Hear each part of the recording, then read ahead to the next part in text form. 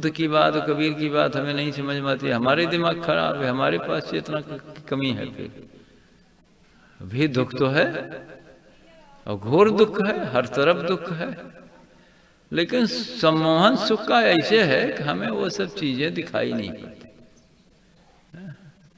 सुख का सम्मोहन इतना तगड़ा है कि हम भूले भूले घूम रहे हैं। अभी एक आदमी मर जाए तो वहां सब रोते हैं। जब कल्पना करिए उसी में एक तो मर गया, उसी दूसरे को मरना है, तो क्या करेगा? वो भी रो रहा है उसी में ना। अरे भाई, अपनी मौत का पता नहीं है, दूसरे की मौत का सब बड़ा हाय तौबा मचाते हैं। आश्चर्य है कि दूसरे की मौत का हाय तौबा आप मचा रहे हैं, अपनी मौत कहाँ गई? जब पूछ रहे हैं दूसरे की मौत पर हाय तौबा आप मचाते ही नहीं मचाते? अरे भैया तो इनकार दीजिए, आपका बेटा मर जाए, आपकी बेटी मर जाए, आपका पति मर जाए तो क्या होगा? अरे महाराज ऐसा अशुभ अशुभ मत बोलिए, आपकी पत्नी मर जाए, अरे जो मरेगी ही तय है, अशुभ इसमें क्या है? सो तो मरेगी ही ना। हाय तौबा कितना आप मचा रहे हैं? अच्छा, अभी कहा गया मुझसे हम भी मरेंगे, हम भी मरेंगे तो कितना प्रयास है मुक्ति का? क्यों? बोध है अगर तो बहुत बड़ी समस्या है। बुद्ध इस समस्या को समझे और घर छोड़ के निकल पड़े। जब तक इसका निदान नहीं लेंगे तब तक लौटेंगे नहीं, और निदान लेके ही लौटे। अब आपके पास कोई समस्या नहीं है हो तो बताइए भाई, थोड़ा आगे बात बढ़ाइए। सत्संग के लिए तो लोग आए हैं, समझना चाहिए ना। हम लोग सत्संग का मतलब क्या? अब सब सत्संग कर रहे हैं कि मनोरंजन कर रहे हैं? बकवास एकदम से। ये कौन सत्संग है?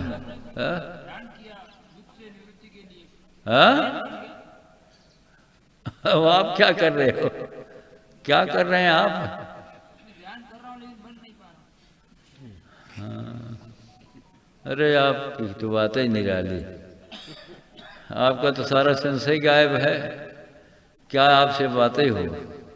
अरे आप ख्याल नहीं कर रहे हैं, आपको नींद के लिए गोली लेनी पड़ रही है, इसका मतलब आप समझते हैं? नींद के लिए गोली, जो विचारों का प्रवाह ही नहीं रुक रहा, वो प्रयास क्या करेगा? माइंड कॉन्शियस भी अब ठीक नहीं रह गया। वही बात तो आपसे हम बार बार कहे ना, आप किन कारणों से इस स्थिति में आए अभी तो आपसे विचार नहीं हुआ। प्रोग्राम के अलावा आइए, विचार कर सकिए तो बताइए।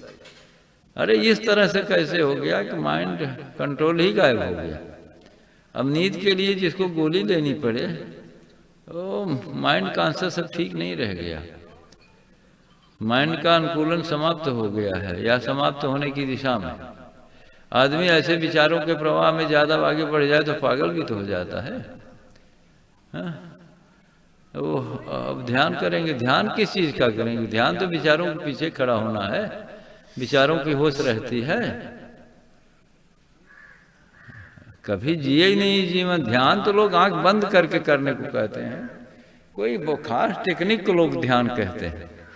ये टेक्निकल मामला नहीं, ध्यान कोई टेक्निकल मामला थोड़ी है। चेतना कोई टेक्निक से थोड़े उत्पन्न होती, चेतना तो है ही है, और विचार के प्रति होश है तो ध्यान है। आप लोग कंसंट्रेशन को ही ध्यान समझते हैं।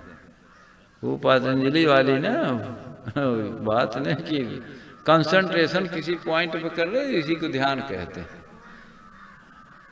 इससे ध्यान का क्या मतलब है भाई? ये तो एक प्रकार की बेहोशी हो गई। फिर तो कह रहे हैं कि हमें नींद नहीं आती और ध्यान करेंगे। ध्यान कैसे करेंगे आप? ये पैर क्यों हिला रहे हैं आप? अरे बताइए ना, क्यों पैर? क्या पीछे तो आदमी देख लिया, हम क्या देख लिए भाई? गजब बात वही कर रहे हैं ध्यान की, पैर ऐसे हिल रहा है। ऐसे सब ध्यान करते हैं। शरीर में क्या हो रहा है पता नहीं, विचार चल रहे हैं पता नहीं, कह रहे हैं हम ध्यान कर रहे हैं। कोई होश नहीं है, बैठे हैं पैर हिल रहा है, तो मैंने आपको पता नहीं, आपने हिलाया नहीं, आपने हिलाया पैर को तो आपको पता नहीं लगा। आनंद आ रहा था। कहाँ से आता है आनंद आपको? कौन लोग से आनंद सप्लाई होता है? गजब के लोग हैं। ऐसी बातें हैं, ऐसी बेहोशी है। कौन विचार मस्तिष्क में आया, कहाँ से आया, कहाँ गया, कुछ पता नहीं। क्यों आया, कहाँ से आया, कुछ पता नहीं, होश ही नहीं है। सारी ऊर्जा इसी माइंड फंक्शन में समाप्त एकदम से, जरा सी निगरानी नहीं है। महापुरुष कहते हैं सूरज संभाल के चलो भाई, सूरज संभाल के चलो, यही ध्यान है। हाँ, सुरतिया चढ़ी रहे दिन रैन। हाँ, एक पल को फुर्सत नहीं है। ये काल का देश है, यहाँ फुर्सत नहीं है। बड़ी मेहनत करे कोई तो फिर मौत के शिकंजे से बच सके। जब लो ध्यान विदेह ने आवे, तब लो जीव जग भटका खावे। अभी ऊर्जा मूलाधार में फंसी है और पैर हिल रहा है पता ही नहीं, दिमाग चल रहा है पता ही नहीं, विचार चल रहा है पता ही नहीं, कुछ पता ही नहीं, कोई होश हवास नहीं। ठीक से बैठो, नहीं तो बाहर कर दी जाओगे। तो हमारे कहने का मतलब है कि दुख का पता ही नहीं ठीक से है, इसलिए हमने अपने चित्त को इतना सम्मोहित कर लिया है इस संसार के चक्कर में। इतना अध्यारोपण का विषय इतना सामने है, हमें होश ही नहीं रहती, दुख का कुछ पता ही नहीं लगता। ये संसार को अपने से इतना खड़ा कर लिए, उसी में भूल जाते। अगर ये संसार इतना खड़ा करके उसी में भूल जाते, और अच्छे अच्छे लोग भूल जाते। अब यहाँ हम निगेटिव माने बातें नहीं कर रहे हैं, बहुत अच्छे लोग भी भूले हैं। कहाँ भूले हैं? अपने के बीच में। अपने क्या होता है भाई? अपने के बीच में अपने को ही भूले हैं। अपनों के बीच में वो कहते नहीं, हम ख्याल करते हैं भाई ना, परिवार की, लड़के की, लड़की की, परिवार की बड़ी ख्याल है। अभी ये भी आदमी कह रहा था मुझसे कि लड़की की शादी है ना, ख्याल है लड़की की शादी की, ख्याल तो है ना। इसी ख्याल में सब भूले हुए। लड़की की शादी है कि लड़के की बात है, परिवार की बात है। और लोग मुझसे कहते हैं क्या ये सब जरूरी नहीं है? तो हम एक बात पूछते हैं, हाँ आपको सबको ख्याल है ये तो जरूरी है, आपको अपनी भी ख्याल है ये जरूरी नहीं है? आपको अपनी ख्याल की जरूरत नहीं है क्या? सबकी ख्याल तो आपको अपने लिए है ना। दुनिया की ख्याल तो आपके अपने लिए है, और दुनिया की ख्याल में आप हैं, अपनी ख्याल ही नहीं है। इसका क्या मतलब है? इसका क्या जवाब है आपके पास? अरे दुनिया की ख्याल में जो कि संसार आपसे उद्भूत हो गया, स्वप्न में हाथी आपसे पैदा हुआ, आप हाथी के चक्कर में पड़ गए। स्वप्न का हाथी आपसे पैदा हुआ, उसी हाथी के चक्कर में आप पड़े हुए। पूछ रहे हैं भाई काहे पड़े हैं उसके चक्कर में? अगर आप उसकी ख्याल की बात करते हैं तो आपकी अपनी ख्याल कहाँ हुई? किस लिए उसकी ख्याल करते हैं? क्या जरूरत है उसकी ख्याल की? नहीं नहीं, वो तो जरूरी है। क्यों त्यागी? वो जरूरी है क्या? पूछ रहे हैं वो जरूरी है क्या? झूठ मत बोलो, सही बोलो। ये झूठ बोल रहा है। ये गजब के लोग झूठ बोलते हैं कि भाई ख्याल जरूरी है। क्यों रामेश्वरानंद? ख्याल जरूरी नहीं है। अच्छा भाई जरूरी है ना ख्याल करना, और अपनी ख्याल करना, तो क्यों नहीं करते? क्यों नहीं करते? दूसरे की बीमारी की ख्याल, दूसरे की हर चीज की ख्याल है। दूसरा मर जाए बड़ी दिक्कत हो जाएगी, अपनी मृत्यु की भी कोई दिक्कत है? अरे निधड़क बैठा नाम बिन चेतन करे पुकार। निधड़क बैठे हैं आप लोग। इसीलिए तो कह रहे हैं कि ये जो भी कर भी रहे हैं, जोगी जगी जब तब पर पूजा बहु पर पंच पारा, ये भी ख्याल जैसा नहीं है। ये भी तो दूसरे ख्याल में है ना। हाँ, जोग जग जब तब व्रत पूजा बहु प्रपंच पारा, जैसे बदी कोट टाटी के देवई विश्वास सहारा, ऐसी काल हेरी जीवन के करे शिकारा। आप विश्वास की ठगौरी में पड़े हुए हैं। अब अगर हम ख्याल करते हैं, अरे ख्याल है तो हम तो प्रमाण मांग रहे हैं भाई, ख्याल है अपनी तो अपनी समस्या पे आइए ना, अपनी समस्या पाइए। रूप से है, शब्द से है, स्वाद से है, गंध से है, स्पर्श से है, सारी चेतना यहीं कहीं रह गई है। जीवन भर इसी का सौदा करती है, विषय के सौदागर बने हुए, विषय के सौदागर बने। अब ये नहीं समझते कि विषय स्वयं से उद्भूत किया जा रहा है। समझे कभी आप? शब्द रूप कोई विषय नहीं है, रूप को विषय बनाया जाता है। अभी हमारे यहाँ कोई रूप को ही नहीं क्लियर कर पाते लोग, इतना इंद्रियों के स्तर पे सम्मोहन है।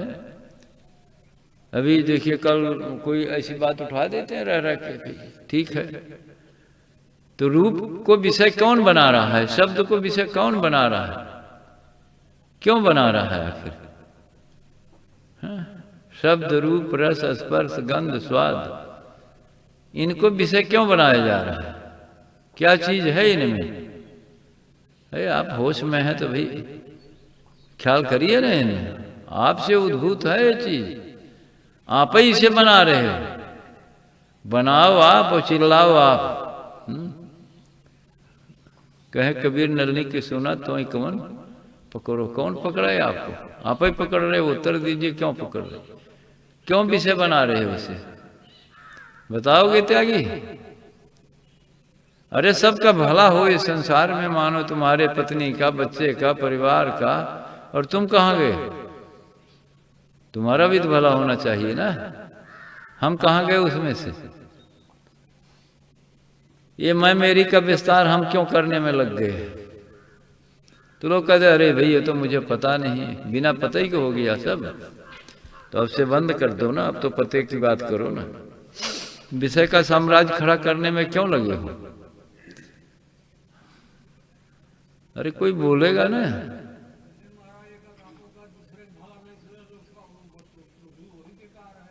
हाँ?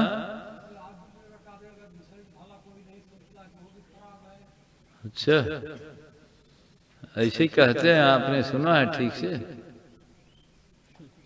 हम कहते हैं भली बुरी का करे जो त्यागा, निश्चय पावे पद बैरागा, अच्छे सिंगी रहे न दिन बाजे। भली बुराई दोनों, भलाई बुराई दोनों को छोड़ देने की बात करते। छोड़ देने की बात नहीं करते, समझने की बात करते। भलाई बुराई तो जो लोग बुराई का चिंतन करते हैं उनको कहते हैं कि भैया आप अपने को क्यों ऐसे गड़बड़ कर रहे हो? अरे चिंतन करना है तो भलाई कर लो, बुराई का क्यों करते हो? जो लोग बुरा सोचते हैं बुरे लोग हैं। हाँ, अब देखिए साधना का मार्ग इस तरह से नहीं है ना।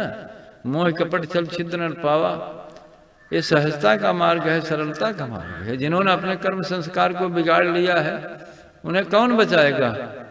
कर्म गति टारे न टेरी, छल छद्म हिंसा सब लेकर बैठे हैं, कपट छल छद्म छिद्र। अब ये तर्क देते हैं कि आध्यात्मिक लोग भी इतना घूसखोरी वाला काम करते हैं। ईसाइयों में देखिए भगवान ईसा बचा लेंगे, मुसलमानों में देखिए वो रहम हो जाएगी। कोई रहम किसी को नहीं मिली, कोई रहम किसी कहाँ से मिलेगी? तुलसीदास लिख देते हैं कोटि जन्म अघनासो तो वहीं सन्मुख हुई। तो भाई आधी जो उपाय पढ़ते हैं तो आधी तो पढ़ते ही नहीं है। वो सन्मुख होने की बात कही है, तो इसको भी लोग भुनाते हैं। हम ऐसा कर देंगे, ऐसा माफ कर देंगे। वो संत मत में कबीर साहब वगैरह को दयाल कहा गया ना। हाँ हाँ, वो बंदी छोर हैं, कर्म की गति को अपने हाथ में लेके क्षमा कर देंगे। हाँ? अरे भाई आप क्या फैला रहे हैं संसार में? आप गलत चीज फैला रहे हैं। अरे कर्म की गति, वही कबीर तो कह रहे हैं कर्म गति टारे न टेरी। क्या है इस तरह से? अरे अगर समझेंगे तो एक पक्की बात है, आप सत्कर्म में प्रवृत्त हो जाएंगे। कबीर साहब का नाम सत्य सुकृत भी है, एक सत्य सुकृत। सत्य सुकृत को अब स्वीकार करना होगा। फिर अब जो सत्य सुकृत को नहीं स्वीकार करता वो केवल उल्टा पुल्टा दिमाग उसका है। हत्या कबो नहीं छूटी है, कोटिक पढ़े ओ चला जाए तो ईसाई लोग कहें अरे प्रभु माफ कर देंगे, हाँ यहाँ आइए वो बंदी छोड़ माफ कर देंगे। ये धोखा देने वाली सब बातें, ऐसे नहीं होता। अरे आप बचना है तो आप हत्या का भाव ही छोड़ दीजिए, हत्या का भाव छोड़ दीजिए। भलाई का भाव क्यों नहीं उठता भाई? इतना चित्त अशुद्ध बना लिए हैं कि आप हत्या या मंगल, ये सब बात आपको सोचनी पड़ती है। ऐसा जो सोचता है वो तो पहले बुरा हो गया, परिणाम नहीं देखते, पहले तो बुरा हो गया, फिर वो कह रहा परिणाम कहाँ मिलेगा? फलाना का मूल काट लिए काब है, क्या हुआ? कभी कभी लोग बच जाते हैं ये दुनिया वाली कोर्ट से, लेकिन सुप्रीम कोर्ट से कोई बच नहीं सकता, संभव नहीं। क्योंकि आपका पहला प्रभाव तो आ गया कि आपका संस्कार खराब हुआ, कर्माशय खराब हुआ, उससे कैसे बचेंगे? तो शास्त्रों में इसके उदाहरण आए हैं। अरे बचे तो राम नहीं, उन्हें देना पड़ा हिसाब, कोई नहीं बचा अब तक। तो कुछ लोग ये भ्रांति संसार में फैलाते रहते, नहीं कोई बच जाएगा, नहीं बचेगा। गलत कर्म का परिणाम भोगना ही पड़ेगा, अच्छे कर्म का परिणाम तो जो भाव दशा अपनी अच्छी कर लेगा तो अच्छा परिणाम आएगा भाई। सबके मंगल की बात क्यों नहीं सोचते भाई? आप कर सकते हैं, ये भ्रम है। महादेव तर्क करें, आप कहने कोई कर ही नहीं सकता, हम करें कर तो भलाई भी नहीं सकता, कोई बुराई भी नहीं कर सकता, कोई किसी का सिर काट भी नहीं सकता। तो ये कैसे होगा परिणाम? बनती कोई तो किसी का कोई मार नहीं सकता। अब ये क्या बता रहे हैं तुलसीदास वगैरह कि राम ने रावण को मारा, कोई किसी को मार ही नहीं सकता। कभी विचार किया? कभी विचार किया आपने? तो कहेंगे आप सारी धर्म की धज्जी उड़ा रहे हैं, कोई किसी को मार सकता है, संभव है? क्या नियम है इसका? कोई कोई किसी को मार नहीं सकता तो कोई कर्म भी नहीं कर सकता। कर्म कर सकता है आप, हाँ हो गई बात, आपने सही कहा। और लोग भी आप ही मत में बोल देंगे, अभी क्यों बोल नहीं रहे? यही ताजुब है। कोई किसी को मार सकता है? आपको तो ये है विश्वास कि मार सकता है ना। अगर नहीं मार सकता तो फिर तो सारी दुनिया निश्चल हो गई, कुछ है ही नहीं। तो आप पक्का तो करिए पहले कि मार सकता है, तब न विचार होगा। अगर कोई किसी को मार सकता है, आप ये पक्का है आपका, तो हमें कुछ उत्तर दीजिए। आपसे प्रश्न पूछेंगे कुछ। आपका कर्म दूसरे के ऊपर कैसे चला गया? ये कर्म है आपका है मारने वाला, और परिणाम दूसरे को कैसे मिला? तो आप कर्म की ही धज्जी उड़ा रहे हैं। इस हिसाब से जैसे पूर्व जन्मों की कथा आदि सुनते हैं तो हम ये सब नहीं सुनेंगे। आप अब फिर बाकी बात मत करिए, आप सीधा उत्तर दीजिए ना। कोई किसी को मार सकता है तो किसी के कर्म का परिणाम दूसरे पर गया कि नहीं गया? कैसे संभव है? तो कर्म कहाँ रह गया फिर? जो मरा वो उसका क्या कर्म है उसमें? हाँ तो ये कैसे हुआ? तो ये तो आप कभी सोचे ही नहीं। फिर आप लोग तो ऐसा कभी सोचते ही नहीं। कर्मों का हिसाब ले लेंगे, हाँ, हिसाब से ही तो जब हिसाब से लेन देन है साहेब, तो आप कैसे कह रहे हैं किसी ने किसी को मारा? अभी कल सत्ता अस्तित्व की बात बंटी ने उठाई की थी, समय नहीं मिला। अब कोई किसी को मारेगा तो उसमें सत्ता अस्तित्व की बात है, एक लहर दूसरी लहर को ओवरलैप कर रही है, तो ये तो समुद्र के हिसाब से है ना, तो लहर खुद ओवरलैप कर रही है। तो व्यक्ति का अस्तित्व सत्ता के अधीन भी वर्क करता है, इसलिए कोई किसी को मारे ये कोई संभव नहीं है। अगर कर्म का हिसाब है तो कर्म का हिसाब व्यक्ति के अधीन थोड़ी है। आप नहीं समझ रहे, कर्म का हिसाब व्यक्ति के अधीन नहीं है। तो अब ये कैसे आप तो कह रहे हैं कि कोई किसी को मार सकता है? जैसे अब महाराज जी आया है, आप आपन कर्म न मेटो जाई, कर्म का लिखल मिटा दो कैसे जो जो कोड सिराई। गुरु वशिष्ठ मुनि लगन सुधाए सूर्य मंत्र एक दीना, जो सीता रघुनाथे भी आई पल एक संचन गिना। नारद मुनि को बदन छिपायो किन्हो कप को रूपा, शिशुपाल की भुजा उखाड़ी आप भयो हरि ठूठा। अरे चलिए ठीक है साहब, वो बात मत करिए ना, यहाँ बात सीधे सीधे हो रही। कर्म की गति का हिसाब, कर्म की गति का हिसाब आप फिर वही कह रहे हैं कि उन्होंने उनकी भुजा उखाड़ी ना। यहाँ तो आपत्ति है कि कैसे उन्होंने शिशुपाल की भुजा वो कैसे उखाड़ सकते थे। आप बात का सही उत्तर नहीं दे रहे। आपकी बात इस तरीके से समझ में आती है। हाँ, हमारी बात इस तरह से है कि नहीं, कृष्ण शिशुपाल की भुजा नहीं उखाड़ सकते थे। ये बहुत जटिल बात है, इसलिए उखाड़ ये सामान्य बात नहीं है। ये सारे मत का खंडन हो जाएगा, सब व्यास और कबीर सब धरे धरे रह जाएंगे। ईसा मूसा सब विदा हो जाएंगे। आप विचार तो करिए पहले।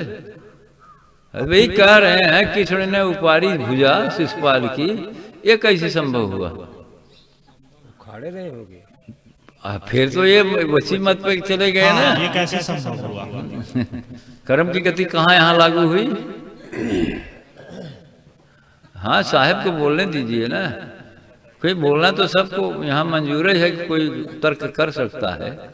अगर ये कह रहे हैं कि कृष्ण का कर्म शिशुपाल के ऊपर परिणाम देता है, तो कर्म तो रह ही नहीं गया फिर। सुषमा होश में रहो।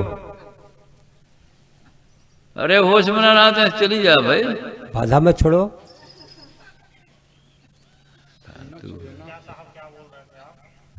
नहीं साहब, विचार के तहत नहीं बोल रहे हैं, वो केवल लाइन दोहरा रहे हैं, विचार नहीं कर पाएंगे ना। नहीं नहीं, वो विचार के तहत ये बात नहीं है। ये लाइन कही है कबीर पंथ में, ये लाइन आती है। हर आप नहीं जानते, वो जगन्नाथपुरी में जो है क्या नाम विग्रह है, उसमें भुजा नहीं है, नहीं है ना, वही तो दोहरा रहे हैं। अब भाई हरि ठूठा, किसी ने शिशुपाल की भुजा उखाड़े थे, वो कहते हैं ना। हम ये पूछ रहे हैं कि शिशुपाल की वो भुजा कैसे कृष्ण उखाड़ेंगे? कर्म के ऊपर आइए सिद्धांत पे ना। कर्म के ऊपर तो रिफ्लेक्शन ऑफ कर्म, जैसे को तैसा, ये बात फिर वही बात करते हैं, लेकिन मैं कुछ कर ही नहीं सकता। आपका दिमाग ठीक नहीं है, और कोई बोलेगा? हाँ।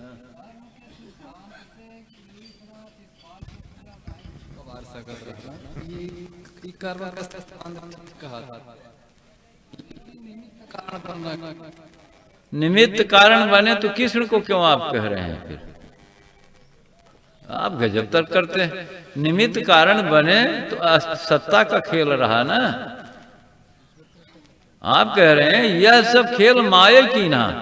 अरे वो कबीर पंथी हैं, तो हम भी तो कबीर पंथ के कबीर पंथी हैं, आप समझते नहीं हो। यह सब खेल माया की ना, 10 अवतार ईश्वरी माया, सत्ता खेल नहीं, सत्ता का खेल है। तो कृष्ण को क्यों कह रहे हैं? व्यक्ति को क्यों कह रहे हैं? अगर सत्ता का खेल है तो शिशुपाल की भुजा तो अपने कर्म से उखड़ी उसके, अपने कर्म से। तो कृष्ण ने मारा, क्या उखाड़ा फिर? हाँ, आप लोग विचार करिए। ठीक। अरे आप बिना मतलब की बात करते हैं, आप चुपे रहिए तो ठीक है। आप सेंसलेस आदमी हैं। महाराज जी, कृष्ण थोड़ी देर के लिए छोड़ दे जाए, जहाँ सत्ता नहीं, जहाँ केवल अस्तित्व भाई। कहाँ ना भी सत्ता है, विचित्र आदमी है। जैसे बिना सत्ता कौन अस्तित्व है? आप बिना समझ के बात करते हैं। बिना सत्ता कोई अस्तित्व नहीं होता। किसी लहर को आप समुद्र से अलग नहीं दिखा सकते। कोई जीव ईश्वर से पृथक नहीं हो सकता। आप अंश अंशी को पृथक कैसे करेंगे? आप वही नासमझी वाली बात करते हैं। बीज में जो भाव की प्रक्रिया आ जा रही है, क्या? भाव की। नहीं नहीं, ये सब बात नहीं। आप जो विषय कर रहे हैं वही करिए। अगर कृष्ण को आप सत्ता से संबंधित कहते हैं तो ठीक, स्वीकार कर लेंगे। तो सत्ता के ऊपर कर्म कहाँ चला गया फिर? बोलिए बोलिए, और कोई बोलिए, विद्वान लोग बोले तो ठीक है। आप ना बोलिए, ठीक नहीं है, आप होश में नहीं बात कर रहे। अरे साहब बोलिए।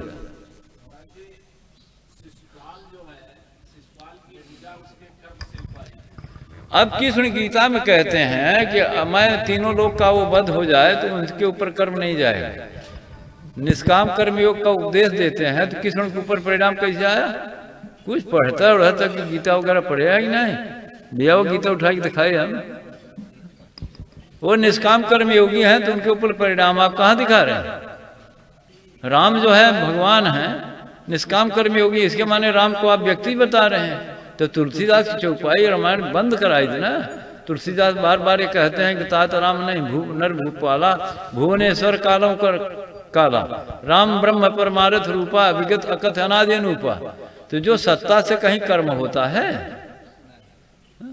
सत्ता के अधीन तो कर्म का हिसाब है। हाँ?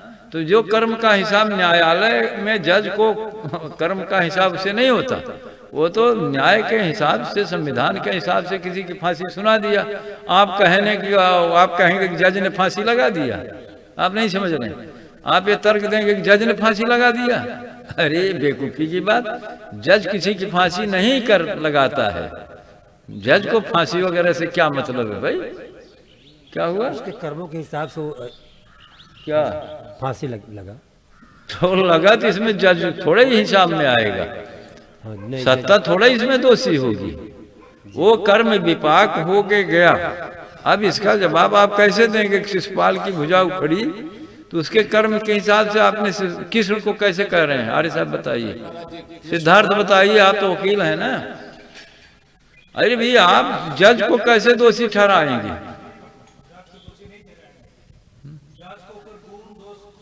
कुछ नहीं लगेगा। ये लोग